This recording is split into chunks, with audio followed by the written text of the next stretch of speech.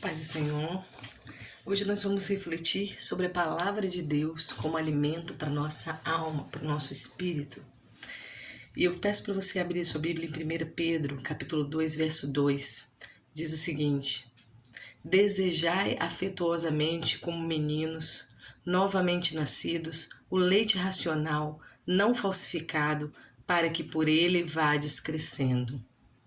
Meus irmãos, hoje nós nos preocupamos muito com o que vamos comer, como iremos alimentar o nosso corpo.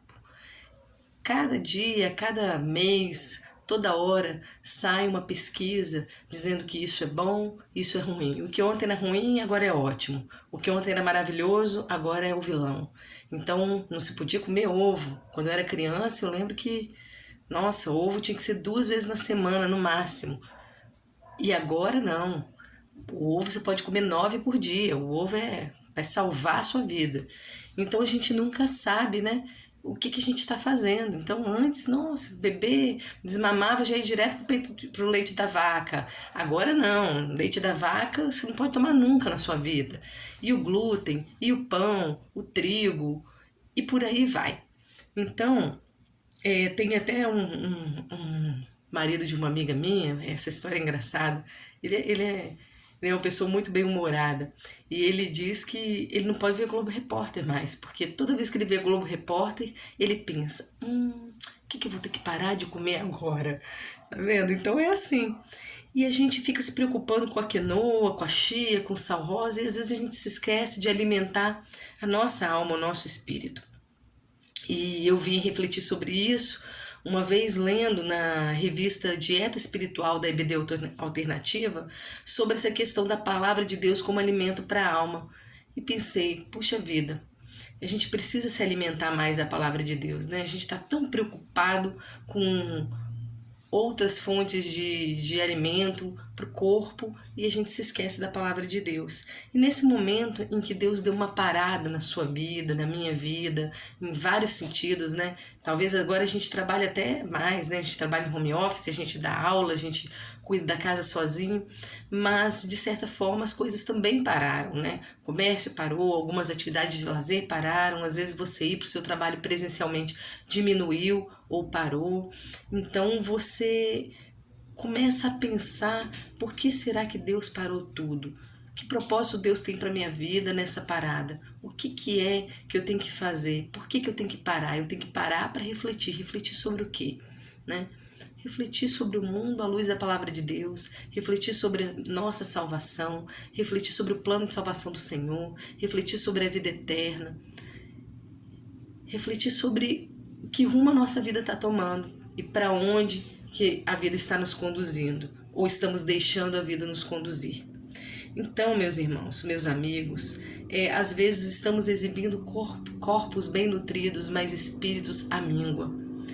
E não somente hoje, pois ainda no tempo dos apóstolos, Pedro exortava, desejai como meninos recém-nascidos o puro leite espiritual. Vocês já viram um bebê recém-nascido? Tudo o que ele quer é o leite da mãe. Ele não dorme se ele não tomar aquele leite. Não tem outra fonte de alimento para ele só come aquele leite. Ele não sossega enquanto ele não tomar aquele leite. Ele chora, ele grita, ele esperneia, ele clama até tomar aquele leite. E daquele leite depende a vida dele, ele sabe disso. Deus quer que você deseje a palavra dele como se a sua vida dependesse disso. Como se a fonte de nutrição fosse somente essa. E assim, ele não quer que você desista. Ele quer que você chore, que você grite, que você se coloque diante dele, se humilhe diante dele e peça a ele sabedoria para entender a palavra dele. Porque só ler a palavra num livro que é revelado não adianta. A gente tem que clamar antes pela iluminação do Espírito Santo de Deus. Não é o mais inteligente que vai entender a palavra. Não é aquele que pede iluminação ao Espírito Santo de Deus. Eu me lembro da minha experiência de conversão, que eu me ajoelhei, um dia eu vou dar um testemunho sobre isso, mas eu me ajoelhei e eu falei, Senhor, Deus, se o Senhor existe, porque né, eu não vivia com Deus, eu nem acreditava direito em Deus, não acreditava. Deus, se o Senhor existe, fala comigo agora. E eu fiz uma prova com Deus dentro da minha mente, que um dia eu vou contar para vocês qual foi. E Deus me deu uma palavra dentro daquilo que eu estava perguntando. Só eu e ele sabíamos. Porque ninguém pode ler sua mente, nem o inimigo, nem as pessoas ao seu redor. Somente Deus pode fazer isso. Deus me deu uma palavra dentro daquilo que eu estava perguntando para ele. E depois, durante um mês, eu preguei para o Hudson, que não tinha se convertido, e falei, faça isso. E Deus fez, e o Hudson fez a mesma coisa. Só que ele fez num sentido assim, de que ele queria me provar que eu estava errada. Mas a palavra de Deus não pode mentir. E ele orou dentro da mente dele, e Deus revelou a ele na palavra, na Bíblia. Ele abriu a Bíblia dentro daquilo que ele tinha perguntado.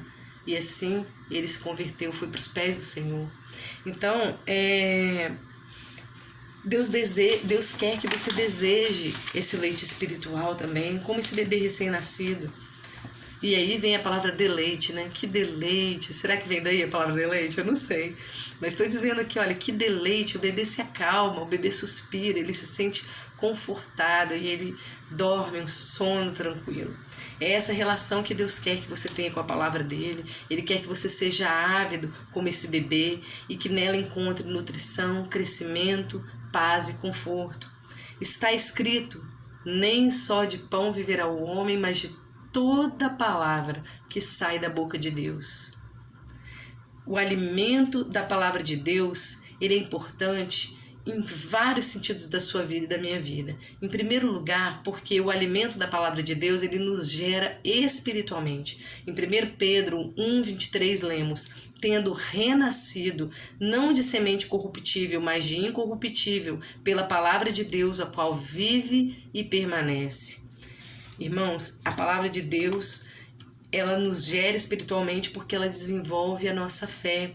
Paulo diz em Romanos 10:17, de sorte que a fé é pelo ouvir e o ouvir pela palavra de Deus. A palavra de Deus gera fé, ela gera esse novo homem, essa nova mulher, renascidos em Cristo. Porque é essa palavra que gera fé e nós só renascemos em Cristo porque cremos, porque acreditamos, porque tivemos fé nele. Tivemos fé no plano de salvação, tivemos fé em Deus. Diz a palavra de Deus que sem fé é impossível agradar a Deus. Então nós precisamos da palavra de Deus para termos fé em Deus. Vê que tudo vem de Deus. A palavra, a fé.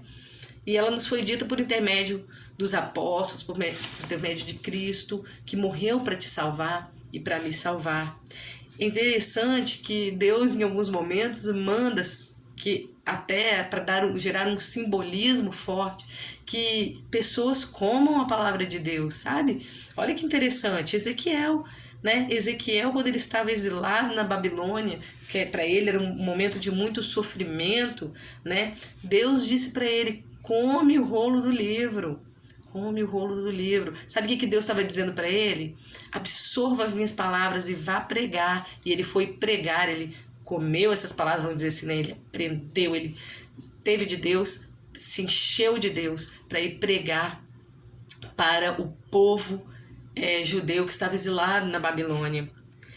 Também o apóstolo João, quando estava exilado na ilha de Pátimos, porque pregava o evangelho, né? Deus disse para ele, João, na visão, né, do Apocalipse, na visão que ele teve ali para escrever o livro das revelações, o livro do Apocalipse, João, come o rolo do livro, ele será doce como mel na sua boca, assim como ele disse isso para Ezequiel também.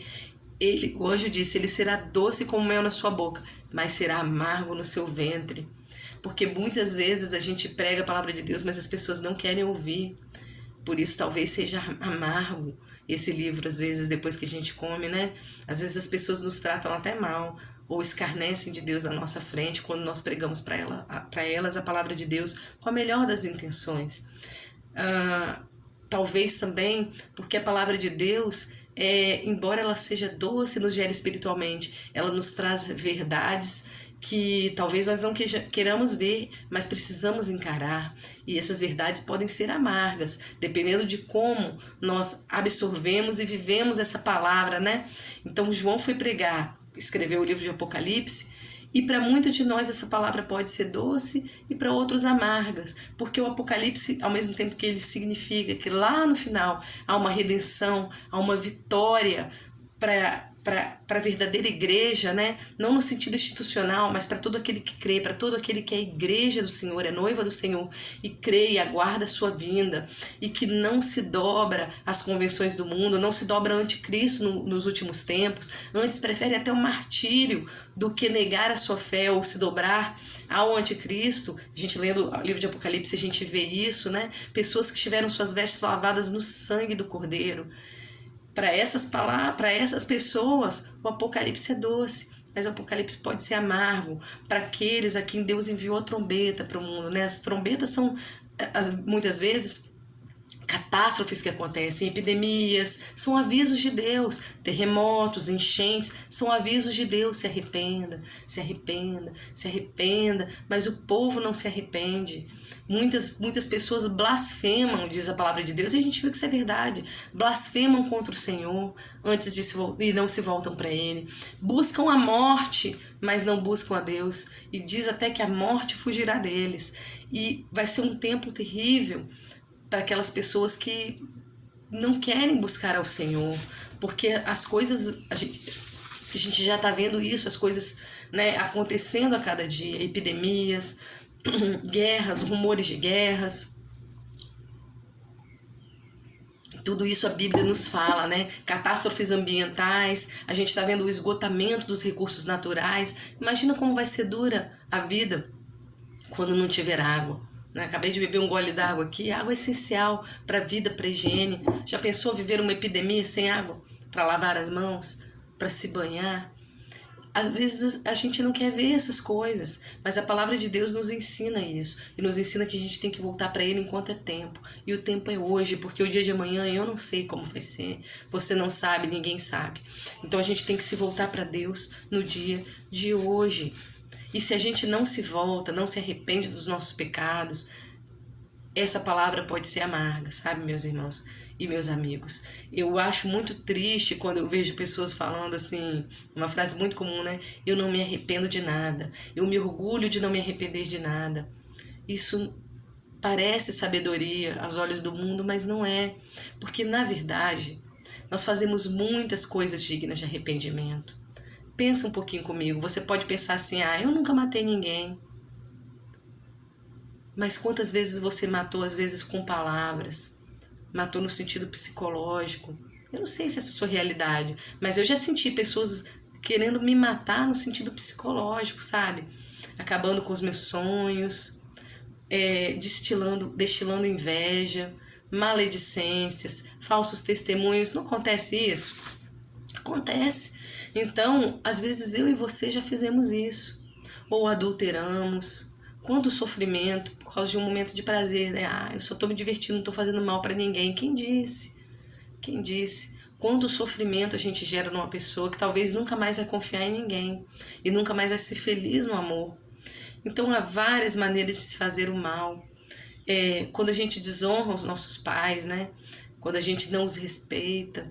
Quem nunca fez isso? Então são todas coisas dignas de arrependimento. E às vezes a gente chega no fim da vida e fala assim, não me arrependo de nada, eu me sinto orgulhoso, eu me arrependo do que eu não fiz, mas do que eu fiz, não me arrependo de nada. Isso é um pouco de soberba também, sabe, meu amigo, minha amiga, meu irmão, minha irmã? Um pouco de soberba, ou talvez muita soberba, porque é achar que tudo que a gente fez é certo. E não é, não é. Nós não somos assim tão sábios, nem tão importantes, e nem tão maravilhosos. Estamos longe disso, né?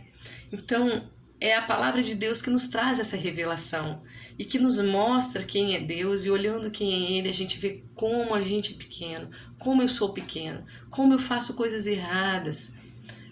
Eu achava, né, que eu era uma pessoa caridosa, estou ajudando o meu próximo, mas muitas vezes o meu próximo dentro de casa, né, eu estava ferindo. E esse é o meu próximo mais próximo. Então, às vezes, dando um prato de comida na rua, mas tratando mal aquele que está mais perto de mim. Isso já aconteceu com você? Pois é. A palavra de Deus, ela nos mostra quem Deus é. E vendo quem Deus é, nós reconhecemos quem nós somos. Vendo a grandeza desse Deus, nós reconhecemos como somos pequeninos. Então, a palavra de Deus, ela nos faz renascer espiritualmente. O alimento da palavra de Deus, em segundo lugar, nos faz ter sabedoria espiritualmente, promove nosso crescimento, que é tudo isso que nós falamos agora. E nós vemos lá no Salmo 119, versos 98 a 100, diz assim: Tu, pelos teus mandamentos, me fazes mais sábio do que os meus inimigos, pois estão sempre comigo. Tenho mais entendimento do que todos os meus mestres, porque os teus testemunhos são minha meditação. Entendo mais do que os antigos, porque guardo os teus preceitos. As pessoas em geral, a gente acredita que elas vão ganhando entendimento e sabedoria à medida que envelhecem. E às vezes, né, se chegam a uma idade muito avançada, chegam a ser sábias, mas estão velhas demais. O bom é ter sabedoria quando se é moço, para que a gente possa aproveitar uma vida inteira, né, de mais sabedoria. No entanto, a gente não pode ter essa esperança também de que as pessoas vão envelhecer e vão ser sábias, porque nem sempre isso acontece. Quantas pessoas, às vezes, mais velhas, né, idosas, perderam os sonhos, perderam as esperanças, são pessoas tristes, amargas, amarguradas, às vezes até ríspidas com os outros, que julgam muito as pessoas. Então, nem sempre a sabedoria acompanha a idade cronológica. Nós, independente da nossa idade, nós temos uma fonte inesgotável de sabedoria na palavra de Deus. E podemos ser adolescentes sábios, sim, jovens sábios, adultos sábios. Claro que à medida que amadurecemos com as experiências da vida, se a gente está à luz da palavra de Deus, tudo se soma para que sejamos ainda mais sábios quando formos mais velhos. Porém, nada te impede de ser sábio hoje, mesmo aos 20 e poucos anos, não sei a sua idade, ou se você já é mais velho e sente que não atingiu ainda a sabedoria, você pode atingir buscando a palavra de Deus. A sabedoria plena nós jamais atingiremos, né? Quem é sábio plenamente é Deus. Mas à luz da sua palavra nós podemos experimentar uma sabedoria maior do que temos. E não precisamos errar, tentar de novo 1000 vezes para adquirir sabedoria. Não precisamos trazer consequências ruins para as nossas vidas para falar assim: olha, eu aprendi com os meus erros. A gente pode e deve aprender com os erros, mas a gente não precisa só aprender com eles, a gente pode evitar errar. E isso já é também sabedoria, é evitar o pecado. Então, em vez de dizer eu não me arrependo de nada do que eu fiz, é ver o que eu fiz de errado, me arrepender e procurar não errar novamente os mesmos erros ou não errar outros erros, porque a palavra de Deus me diz: não roube, eu não preciso roubar e ir preso para ver que aquilo é errado, para ver que, nossa, que sabedoria, eu não roubo mais porque eu fiquei preso tantos anos, não é isso? Isso é uma palavra, um exemplo assim, muito claro, mas a gente pode ter isso nas coisas menores também, né? Eu não preciso trair o meu marido para ver que isso vai trazer amargura e sofrimento para mim, para ele, para os meus filhos. Eu não preciso desonrar o meu pai e minha mãe para saber que isso vai trazer tristeza e sofrimento para eles. Eu não preciso fazer N coisas, porque a palavra de Deus me diz lá, eu tenho os 10 mandamentos, né? Eu não preciso ficar estafado, extremamente estressado, afadigado física, mentalmente, chegar a um colapso para entender o que a palavra de Deus já me disse, que eu preciso de um dia de descanso, um dia separado, né, para o louvor a Deus, para a adoração ao Senhor e para o descanso. A palavra de Deus me ensina isso, Deus santificou um dia para isso. E a gente fica querendo, né, ir às vezes na maré do mundo. Não, trabalhe de segunda a segunda, né, descanse pouco. E a palavra de Deus nos diz que aos seus amados Ele dá enquanto dormem. Deus não está dizendo para você ser preguiçoso, Ele está dizendo para você descansar nele. Você tem o seu momento de trabalhar e descanse sabendo que Ele renderá bons frutos no seu trabalho. Ele te proverá o sustento a partir do seu esforço. Em terceiro lugar, o alimento da palavra de Deus, ele nos santifica. Em João 17, vemos Jesus orando ao Pai por seus discípulos e a todos que haveriam de crer no seu nome, e ele diz assim: santifica-os na tua verdade, a tua palavra é a verdade. Olha o que Jesus diz, hein? Senhor, santifica aqueles que vão crer em mim, aqueles que já creram e aqueles que irão crer. você se creu, ou você quando crê. Santifica-os na tua verdade. A tua palavra, disse Jesus, é a verdade. Então santifica-os na tua palavra.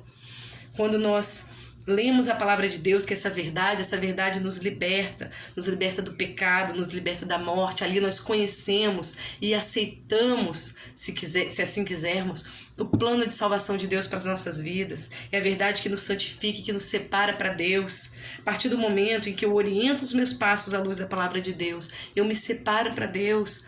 Eu vejo à luz da palavra dele que esse Deus é santo. Se eu quero andar com ele, eu tenho que aprender a ser santa. E não é nesse sentido farisaico, né? Olha, a Santa Rona, a Santinha. Não é isso. Não é isso que nós estamos falando. Também não é, sabe, não é aquela santidade exterior. Eu oro lá na frente, na igreja, para todo mundo ver que eu estou orando, né? Me ajoelho para todo mundo ver que eu estou me ajoelhando. Quem nunca fez isso? Mas não é isso que Deus quer. Eu já fiz isso lá quando eu me converti, né? Eu me lembro, até hoje eu me envergonho. Um dia eu falei assim, vou ajoelhar aqui bem bonito aqui na frente, levantar a mão, orar bem bonito. Nossa, como eu me envergonho, porque não é isso que Deus quer de mim. Deus quer de mim um coração quebrantado. Só Ele pode ver o meu coração. Então nós devemos orar, nos ajoelhar, clamar, mas não com o intuito de sermos vistos pelos outros, mas com o intuito de sermos vistos por Deus. Então, a santidade que nós estamos falando é essa santidade interior. Não é essa para o mundo ver, não. Certo? Então, evoluindo aqui, olha, Jesus ele resiste à tentação no deserto, repreendendo a Satanás com base na palavra. Certo? E é o conhecimento e obediência à palavra que nos ajudam a resistir à tentação e ao mal. Novamente, no Salmo 119, versos 9 a 11, nós lemos assim: com que purificará o jovem o seu caminho?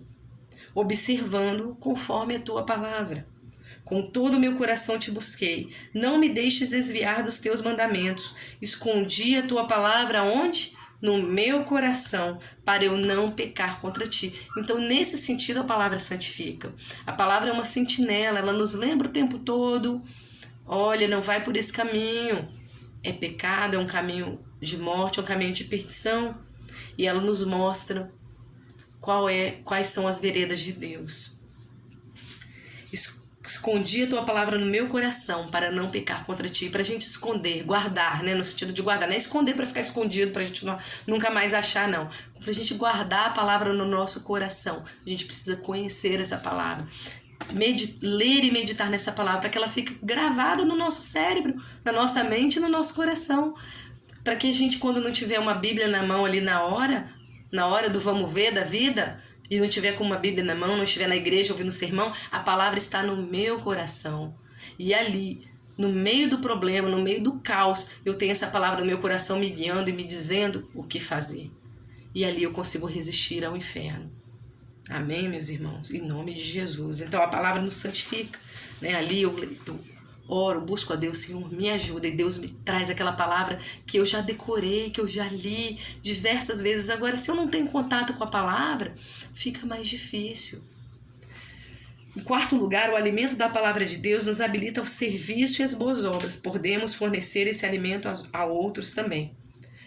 Então, o plano de Deus não é que você coma a sua palavra e guarde somente para você. Então, quando ele manda Ezequiel e João comerem o rolo do livro, absorverem a palavra dele, não foi para eles guardarem a palavra. Come e fica satisfeito. Não, para eles pregarem a palavra. Pregarem a palavra. O plano de Deus é que você reparta esse alimento com o seu próximo. O plano de Deus é que você reparta qualquer alimento com o seu próximo. Também o alimento material com quem tem fome. Quanto mais o alimento espiritual que gera vida, porque o alimento material que você reparte e você deve repartir, a pessoa come e depois volta a ter fome. A pessoa bebe e depois volta a ter sede. Mas o que Jesus diz para a samaritana? Aquele que beber dessa água que eu dou, jamais tornará a ter sede. A samaritana fala, Senhor, me dá dessa água. Ela até ali não estava entendendo, ela estava achando que era uma água mesmo. Ela foi no poço, num momento assim do calor excessivo, buscar água, porque ela não queria ser vista pelos outros, porque ela era mal vista pela sociedade. Ela era uma mulher que ia de relacionamento em relacionamento, né? 5 homens, né? Ela teve, o que ela tinha agora não era seu marido, e E ela vai naquele momento porque ela não quer ser vista. Então ela não quer voltar lá para pegar água todo dia. E ela entende que Jesus está dizendo que vai dar para ela um copo d'água que ela nunca mais vai tornar a ter sede, nunca mais vai ter que voltar naquele poço. Mas a água que Jesus deu para ela era uma água que depois que ela bebeu, ela podia voltar no poço a hora que fosse, porque ela nunca mais teria vergonha. Ela nunca mais teria vergonha, porque ela se sentiria renascida a partir daquela água. E foi isso que aconteceu. Aquela mulher que antes se escondia das pessoas, ela saiu para pregar e falar: olha, eu encontrei o Messias. E ela foi pregando ali por Samaria. E ele tem dito tudo o que eu tenho feito na minha vida, ele conhece a minha vida. E aqueles samaritanos, depois eles chegam e falam assim: olha, já não cremos pelo que você nos pregou, mas porque temos visto e ouvido aquele homem, a gente também viu.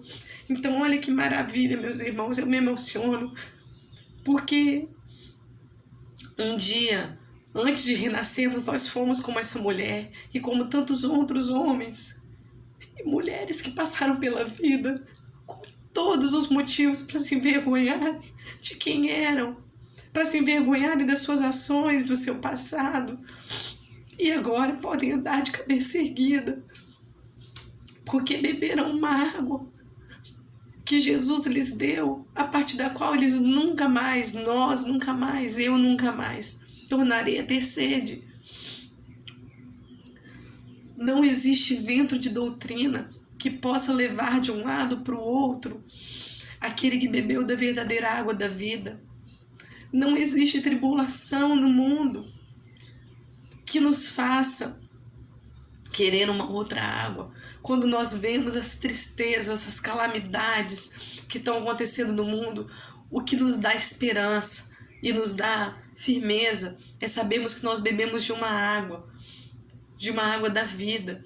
Nós sabemos que Jesus gerou vida no nosso interior e que aconteça o que acontecer, nós somos mais do que vencedores. Somos mais do que vencedores. Porque em meio ao caos nós temos propósito de vida. Temos propósito. Propósito de uma ação social, propósito de pregar a palavra e levar outras pessoas, tentar levar, né, que quem leva é o Espírito Santo, abençoar outras pessoas para que elas também vão para os pés da cruz. E nós sabemos que mesmo no dia que a morte chegar para nós somos mais do que vencedores. Porque Jesus, esse que nos deu essa água da vida, ele venceu a morte. E ele nos preparou o lugar. E quando você conhece Jesus e vê tudo que ele fez, e vê a sabedoria dele, que é uma sabedoria impossível de um ser humano ter, você fala: esse é o Messias. E tudo que ele disse é verdade. E se ele disse que ele me preparou o lugar, ele me preparou o lugar. Pode parecer bom demais para ser verdade, mas é verdade. Muitas pessoas não acreditam no céu porque acham que é bom demais para ser verdade. Mas Jesus disse: é a verdade. É a verdade. Procure ter uma experiência com a palavra de Deus. Peça a Deus para te revelar. Fala: Senhor, fale comigo através dessa palavra. Não abra como se fosse um livro comum, porque não é. É um livro vivo, é um livro especial. E Deus vai falar com você através dessa palavra. E ele vai te mostrar o propósito que ele tem para a sua vida. Então, qual é o nosso desafio? Nosso desafio é repartir esse alimento com o nosso próximo, ensinando, exortando e instruindo a partir do momento que a gente o recebe. Assim como fez a mulher samaritana. Depois que ela recebeu as águas da vida, ela foi repartir. Em 2 Timóteo 3,16 lemos: toda a escritura é divinamente inspirada e proveitosa para ensinar, para redarguir, para corrigir, para instruir em justiça. Deus quer que você vá além e que você, ao viver essa palavra, você seja uma pessoa melhor para o seu próximo, para o meio ambiente, para o seu país, para a sua família, para o seu irmão, para o seu pastor, para o seu vizinho, para o seu chefe, para os seus inimigos, para as pessoas que falam mal de você, como as pessoas que falavam mal da samaritana. Então, meus amigos, depois que você aprender, você não vai guardar para você mais, sabe? Nós não somos salvos pelas boas obras, nós somos salvos pela graça, pelo sacrifício de Jesus na cruz por nós. Porque não há boa obra que a gente possa fazer que seja digna da grandiosidade que é o reino dos céus, seja digna da santidade de Deus. Não há. Porém, nós não somos salvos pelas boas obras, mas nós somos salvos para as boas obras. Eu e você fomos salvos para que pudéssemos praticar boas obras. Não são as nossas boas obras que nos levam para o céu, mas nós levamos as nossas boas obras para o céu. Porque lá nós vamos passar por um juízo daquilo que nós fizemos, não para o juízo da perdição. Aqueles que creem em Jesus já passam da vida para a vida, né? Eles morrem e já passam para a vida. Eles já têm a ressurreição deles garantida, já têm o reino do céu garantido. Eles já vão para os braços de Deus. Porém, nós somos salvos não pelas nossas boas obras, mas para as nossas boas obras, e nós não somos levados para o céu pelas nossas boas obras, mas nós levamos as nossas boas obras para o céu, e nós vamos passar pelo juízo do trono branco, né? Jesus assentado, Deus num trono branco, e ali nós vamos prestar conta daquilo que fizemos. Nós que conhecemos a palavra, nós temos grande responsabilidade, e ali nós vamos receber o nosso galardão.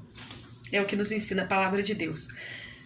Bom, em resumo, meus irmãos, meus amigos, além de tudo isso que foi dito, nós sabemos com base nas Escrituras e nas nossas experiências pessoais que a palavra de Deus é fonte de felicidade, consolo e paz. Então, qual é o nosso desafio? O nosso desafio é buscarmos no nosso dia a dia, nos alimentarmos mais da palavra de Deus, não somente nos momentos de culto, mas também nos nossos lares e cada vez mais. Hoje, a sua casa e a sua igreja, mais, né, até do que o templo, porque não podemos estar lá ou não podemos estar lá o tempo inteiro, ou não podemos estar lá em grande número. Há vários desafios.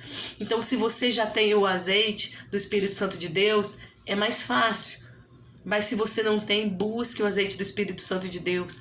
Busque. E a gente tem que, na verdade, se encher do Espírito Santo de Deus a cada dia, né?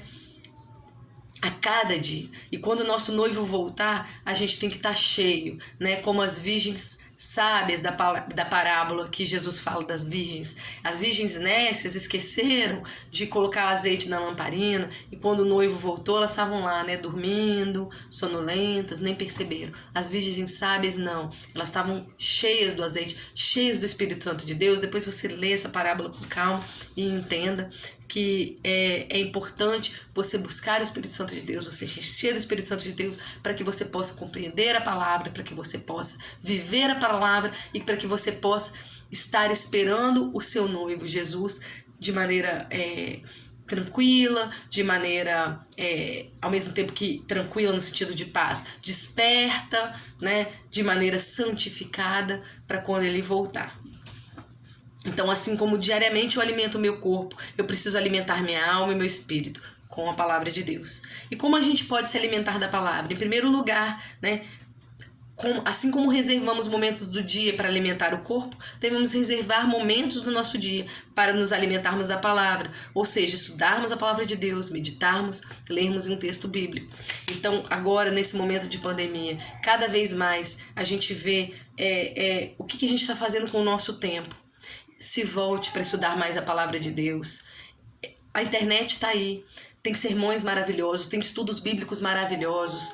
A Bíblia online, ela te permite também áudio, você consegue ouvir, fazendo outras coisas, ouvir a Bíblia. Eu tenho feito isso muitas vezes. Mas aí eu não consegui prestar atenção em determinada parte. Volta. Então você pode ler a Bíblia, você pode ouvir a Bíblia, você pode ouvir sermões, estudos, né, durante o seu dia. Em segundo lugar, nós devemos focar na Bíblia, na palavra de Deus. A leitura da Bíblia ela não deve ser totalmente substituída por comentários bíblicos, por sermões, por dicionários. Não que estes não sejam importantes, mas nós devemos separar um tempo para termos um contato direto com a palavra de Deus, pura e simples. Pessoas morreram para que eu e você tivéssemos esse livro na nossa cabeceira. Então não deixemos ele lá pegando poeira, não. Terceiro lugar, devemos acompanhar essa leitura bíblica, como já disse, de oração, pedindo que o Espírito Santo de Deus nos dê entendimento.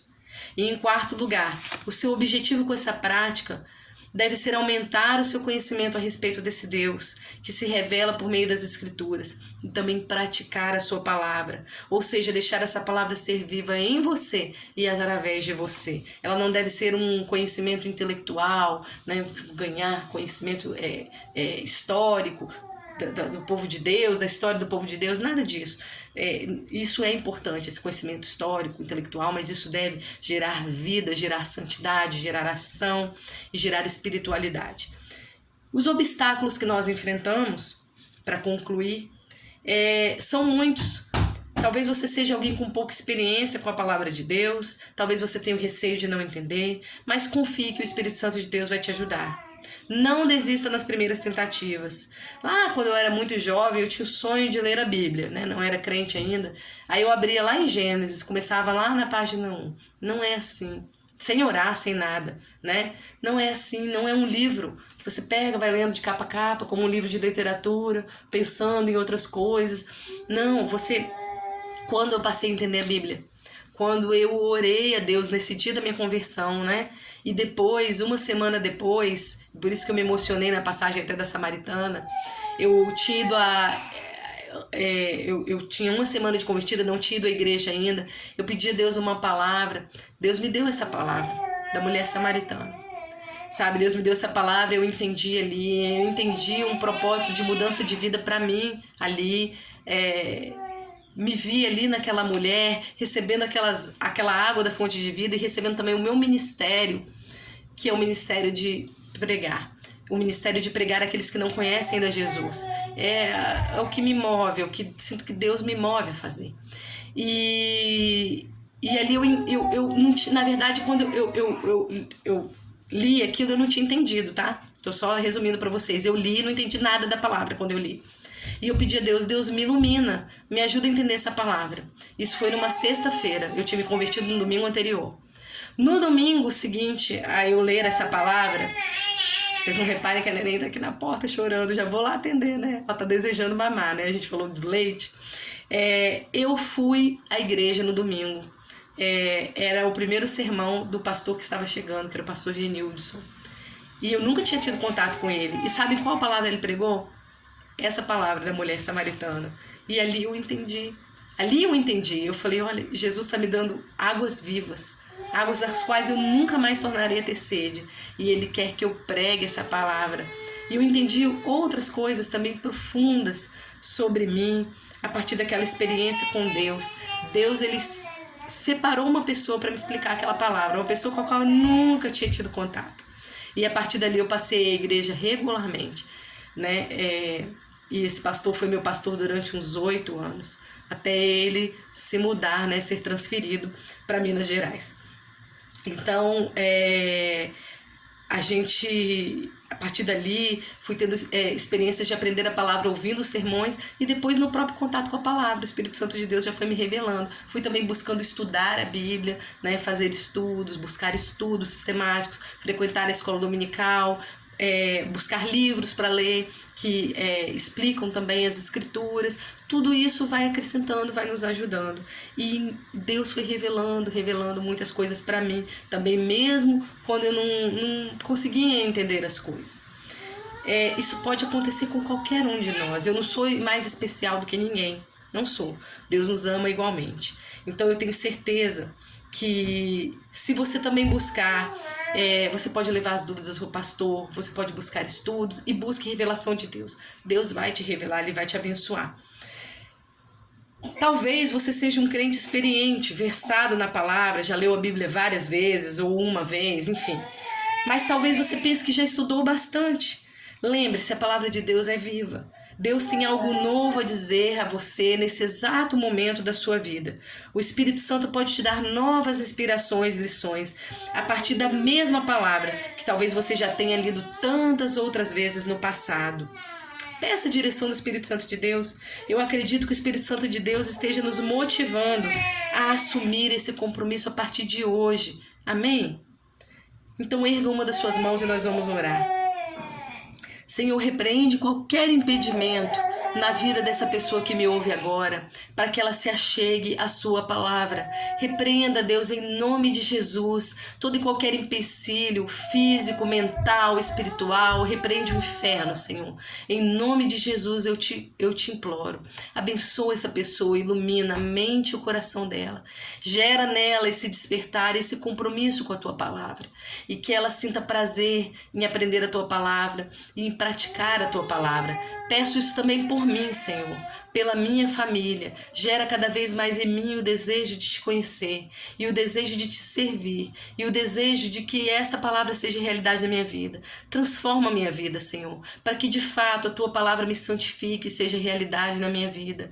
E para que através disso, Senhor, a sua palavra em mim, nas minhas ações, iluminem também o meu redor, Senhor. Peço isso por mim, pela minha família e por cada um que me ouve. Repreende, Deus, toda a incursão do inferno sobre as nossas vidas e que sua palavra, Senhor, ela gere luz para os nossos caminhos, ela gere frutos nas nossas vidas e através das nossas vidas em nós. Em nome de Jesus é que nós oramos.